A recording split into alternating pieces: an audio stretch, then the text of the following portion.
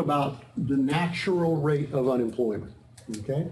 When we draw the graph and we say this is full employment right here, what does full employment mean? Does it mean everybody's got a job? 4%. It means that out of the workforce of the country, if we have 340 million citizens, there may only be 120 million who are in the workforce. To be in the workforce means you're 16 years old and you either have a job or you're looking for a job. Think how many people don't fit in there. Okay? So out of that workforce, what percentage have a job? Will we ever have 100% of them have a job? No. Why not? Well, it's just natural. In fact, for our purposes, I'm going to say 5%, just because it's easy. The unemployment rate at full employment is going to be somewhere around 5%. About 5% of the country are going to be naturally unemployed for two reasons. The two reasons: frictional unemployment, which is sometimes called transitional, and structural unemployment. We will always have some people in these two categories. What about cyclical and seasonal?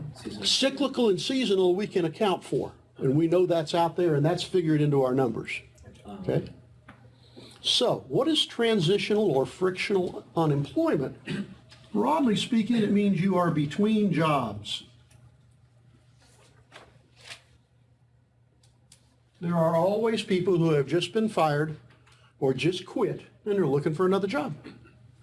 There are always people who have graduated college and are looking for a job. You will not be one of those people. You will have a job before you graduate, right? Or I will find you. I will hunt you down and I will beat you severely because you know better. But there's always people between jobs. What's happened to that over time? What is it that keeps people, well, simple question, and I ask this all the time, I'll say, well, when you graduate college, how long do you think it'll take for you to get your first job? And you know what the typical answer is? What do you think? 6 months. 6 months. 6 months. Well, I figure it'll take about 6 months. And I get rabid about that. I think of you as being my kid, okay? And my first question is just what the hell do you think you're going to be doing for 6 months? You think you're going to sleep on my sofa or in your bedroom at my house, which I've converted into my game room, by the way? Do you think I'm going to be buying your car insurance and paying your cell phone bill? You think I'm going to be buying 6 months, my butt?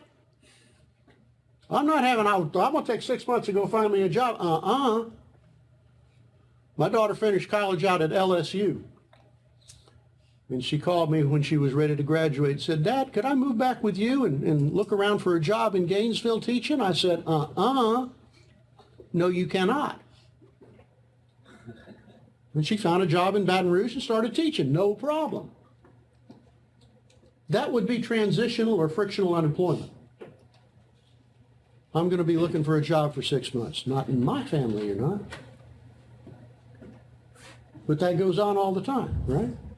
Why is there less of this than there used to be? Because people want to work. I would like to think it's because people have a stronger work ethic and they want to go to work. But it ain't so. I don't think. Because of the gig economy? Partially the gig economy. More and more people are saying, well, I may not have a job working for an employer, but I can do this to make some money in the meantime. Good answer. What's another reason? Let me ask you, if you were 3-4 months from graduation, what would you be doing to look for a job? Searching the internet. Where on the internet would you look for a job? Indeed.com. Who? Indeed.com. Indy.com? Monster.com? Right? The internet technology has made knowledge, remember that knowledge about the market, has made knowledge much more accessible. We can go search for jobs on the internet and we can apply for 1,000 of them in one day. If you go back 20 years ago, you didn't have that capability. Okay? What's going to increase your particular probabilities of having a job before you graduate? Internships. Internship, your network, your communications, the people who know about you, your volunteer work, the relationships you have nurtured. Sure. So there's a lot less of this than there used to be. That's part of that question. Okay? What is structural unemployment? That means when you have certain skills and certain, They're out of date. yeah. Technological unemployment. When I went to high school, I learned bookkeeping with a pencil. If you learned how to keep books with a pencil and you were out looking for a job as a bookkeeper today, what's the first question you're going to get asked? Do you know how to do Excel? Do you know how to use Excel and QuickBooks? Because if you can't do it on the computer, I don't need you. So my skills, wonderful skills, are technologically out of date if I haven't kept up with my computer capabilities. Can you give me another example or two of technological unemployment? People who lose their job because they didn't keep up with the technology?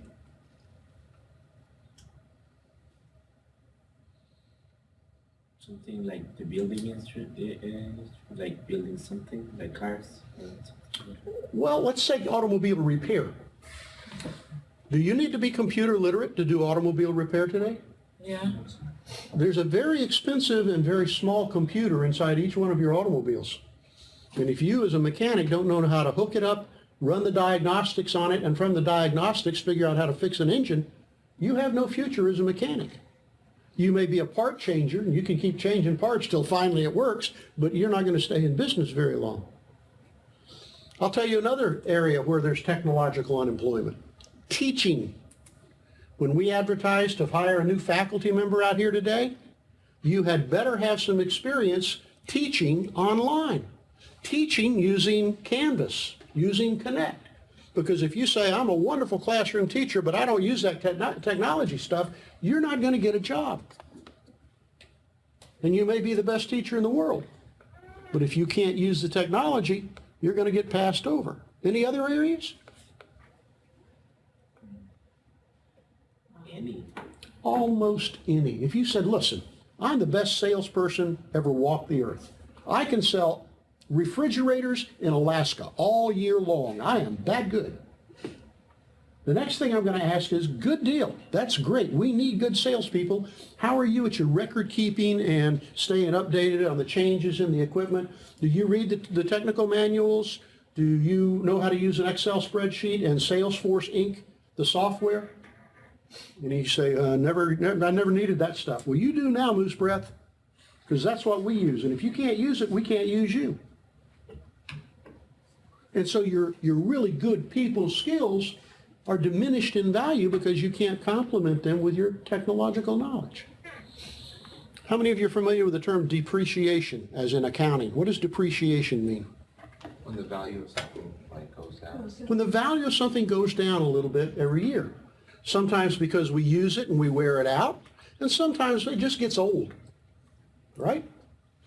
Let's say that you had a person who makes $30,000 a year, and that may be low. Let's make it 60. What the hell? Make $60,000 a year.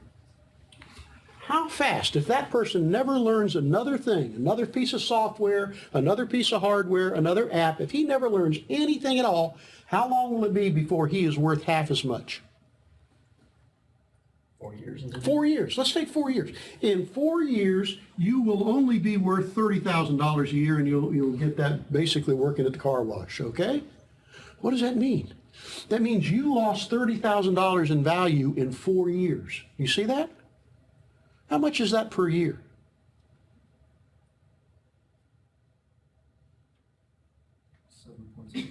$7,500 a year. You are going to depreciate in value $7,500 every year if you don't keep learning. You got that? So, we used to preach it as a nice thing. It's become a necessity. Lifelong learning. And it's not just learning particular apps or particular software.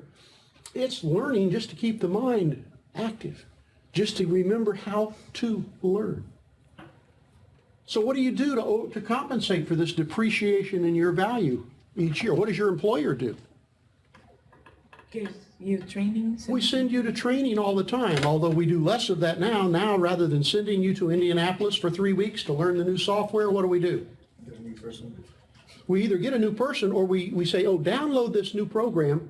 It's a self-taught thing, okay? It's a PowerPoint. It's only 900 slides. And I want you to be ready to use it next Monday. And we leave it up to you. Here it is. Learn it. My wife works for Roche Pharmaceutical, one of the largest pharmaceutical companies in the world. And she gets those kinds of educational programs sent to her. She works at home, sent to her all the time.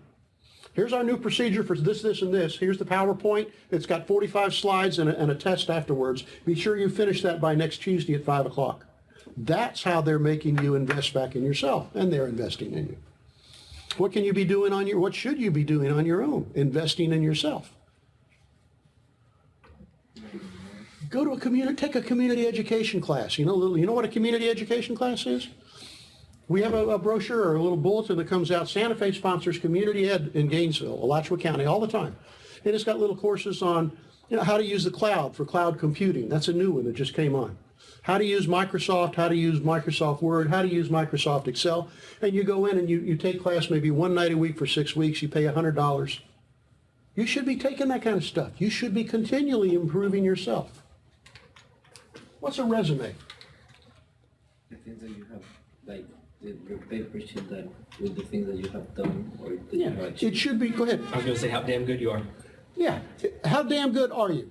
It should be a fairly brief recital of all of the skills, talents, knowledge, abilities that you have and have demonstrated that I can pick up and absorb in about 60 seconds at the very most. Does it need to be 1 page long?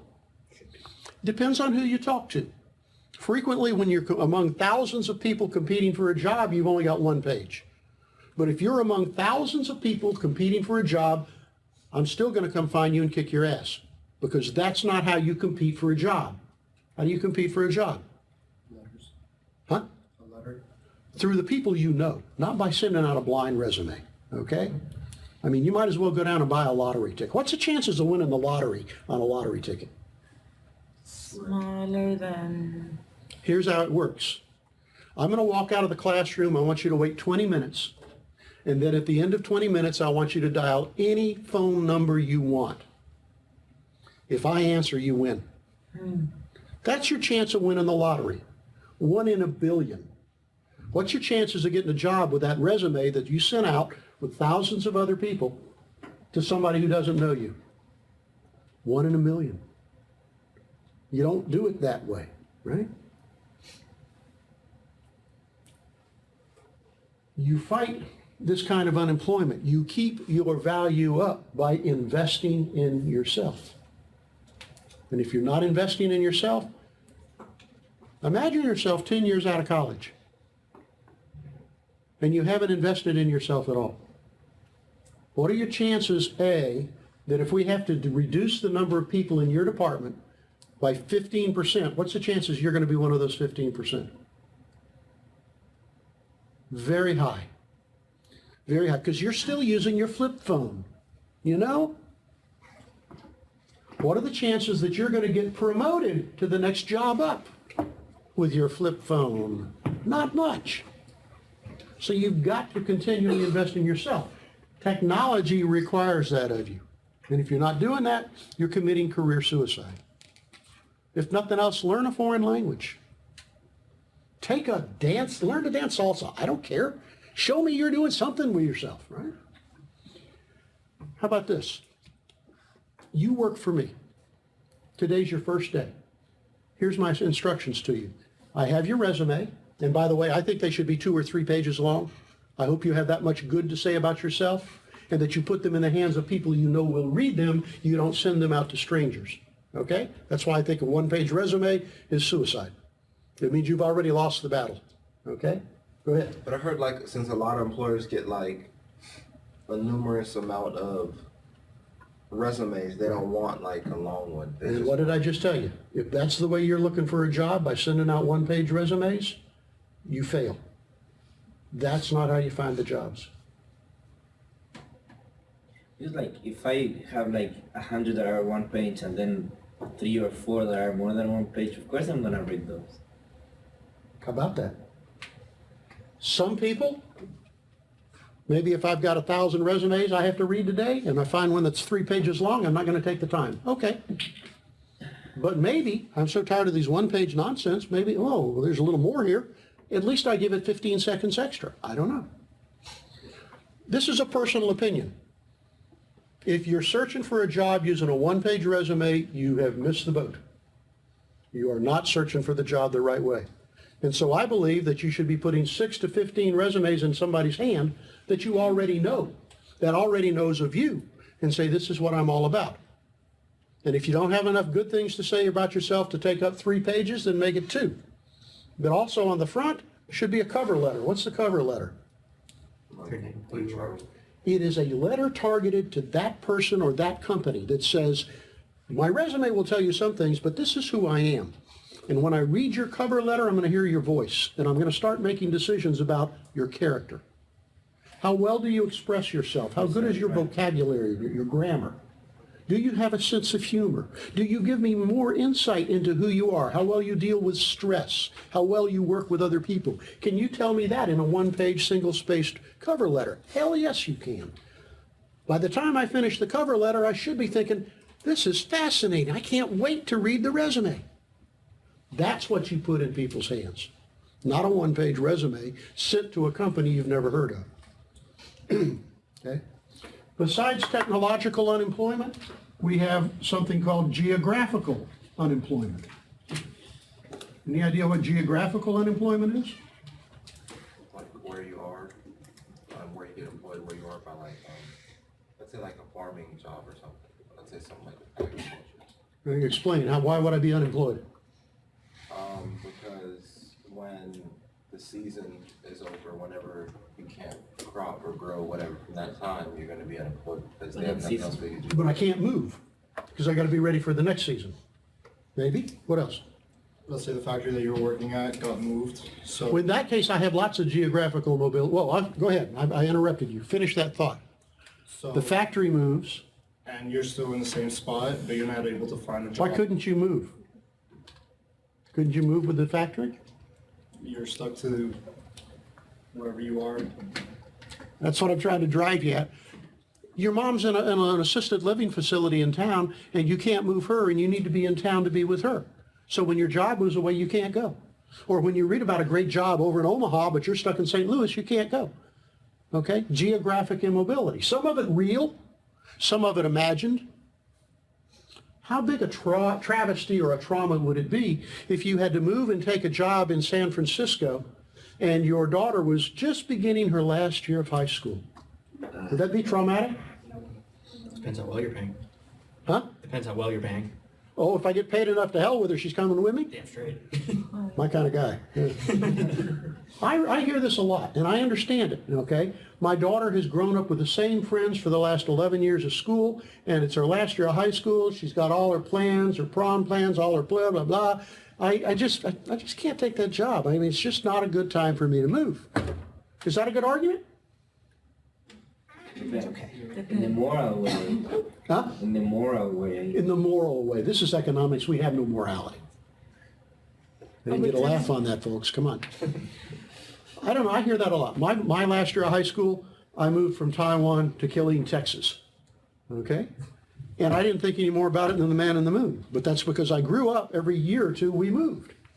And then I came to Florida, and I hear these people about, yeah, me and Kenny, we've been friends since kindergarten. And I'm like, really? Wow. And then I hear stories, I can't move. My daughter's going to be finishing high school this year. And I'm like, what the hell is wrong with you? They're offering you more money. It's your career. She'll get over it. Get in some unfriendly conversations doing that, okay? But you can have geographic mobility, okay? You can have, I think there was another kind I was going to mention. Structural. basic structures in your life or in the economy that prevent you from going to get another job when you lose the one you got. Always going to be some of that, always going to be some of that. We're going to guess it's about 5%. That's the natural rate. This is getting bigger because technology is going faster and people are not getting the skills to keep up. Okay? What else? What other technological unemployment is going on out there? I mean, it's a little bit off topic, but it's they're recommending that instead of learning another language, you learn coding. Yeah. Because of this. And in fact, some high schools are saying we ought to be able to teach coding and let you count that as your foreign language, Yeah. which I think misses the point entirely. The point of learning learning a foreign language is not simply to be able to speak in that language, but to understand that culture Yeah. and appreciate a different culture. Call me old-fashioned. No, but I think that is very true. I do, but And I grew up in a since different way. I think I always get bothered by people who go and just brag about how many languages they speak, especially if they're just like, they have a monoculture mindset, because they miss the point. You learn a language not because, I think like if you're in a business setting, you could be in Brazil and Brazilians can be speaking English to you, but then when you start speaking like Portuguese back to them, then there's a different level of connection and a different level of relationship. Absolutely. Exactly, because now most of other countries speak English right now. Like, that's one of the most important things now, that you have to speak English because it's like the lingua franca or Yeah, whatever. I think you're exactly right, so like but it's if still someone- superficial. So It is like very if- superficial. Go ahead. Yeah, so like if someone that is from here or from whatever country speaks English and they speak in our language to us, that means something, because that means that he cares about the business that they're doing with us or whatever they're doing with us. That's and right. like that they want to have better connection. Sure. Imagine yourself, if you're a native English speaker in the United States, imagine you meet someone in the shopping mall, and that person is trying to ask you for help in Japanese, and you don't understand a word. You know? Not only are you helpless, but you're beginning to wonder, probably at this stage, why don't you speak at least a little English? But if instead that a person approaches you, and even in broken English, is asking you the best way he or she can in English, do you become more sympathetic? And I think you do. Sure. Yeah.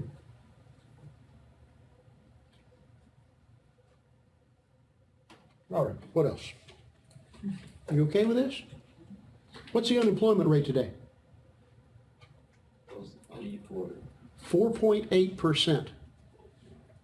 Does that mean we're doing great? We're out here at full employment? Things are good? No. Depends on what? Who you ask? Who you ask? Why? Where do you stand? Also? Like you said last class that like if you're If I told you I'm a Democrat, what would I tell you about 4.8%? that's high. It's good. It's not By the way. realistic. That's, As a Democrat or a liberal, I would say it's much worse than that. Unemployment is probably closer to 15 or 16%. Because some people we never get in touch with, some people are in the gig economy and partially employed, part-time employed, underemployed. It's much worse than that. That's what the liberal says. What does the conservative say? not Great. bad. 4.8, it's closer to 2. Because there's a lot of people out there who have jobs that won't tell you about it. Some of them legal jobs, working under the table. Some of them illegal jobs, dealing drugs. But there's a lot more people working than you think. So, 4.8%, is that good? Well, it's been going down. That's the important thing. What's the trend? It's been going down. Is it good? Well, it's better. It's better than it was 2 years ago and a hell of a lot better than it was 6 years ago. Okay? Are there still some problems? Oh, hell yeah. Buy me a beer and I'll tell you about them. But it's better than it was. You just look at the trend.